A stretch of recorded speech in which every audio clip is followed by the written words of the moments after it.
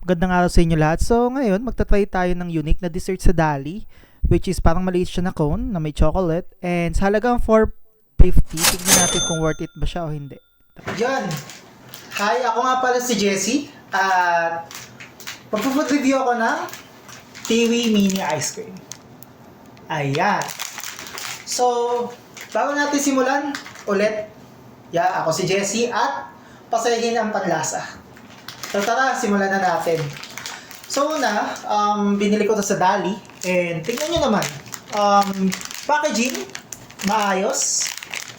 And dark brown and brown, light brown, contrast, very contrast color.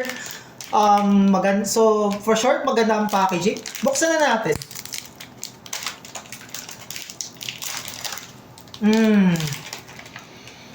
Bango. So smell is good. Packaging is good. And alam nyo ba yung mga nasa ilalim ng mga cornetto, ganun? Ba't ba ako nagsabi ng ibang produkto? Pero ilalim ng mga ice cream na cone, ganun yung design niya. So tara, tikman natin.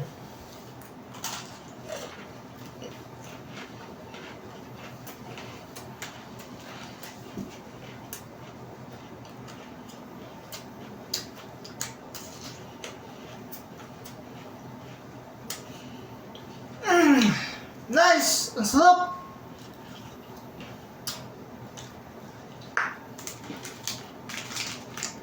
Mati ba natikman mo na nito ice cream cone? Anong lasa? Ano?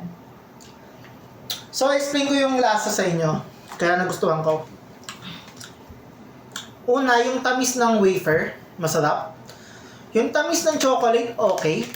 Ang gusto ko yung explosive na tamis ng parang cream dun sa pinakababa. At ang gusto ko rin isa is yung parang nuts dun sa ilalim. Kung may nuts man siya.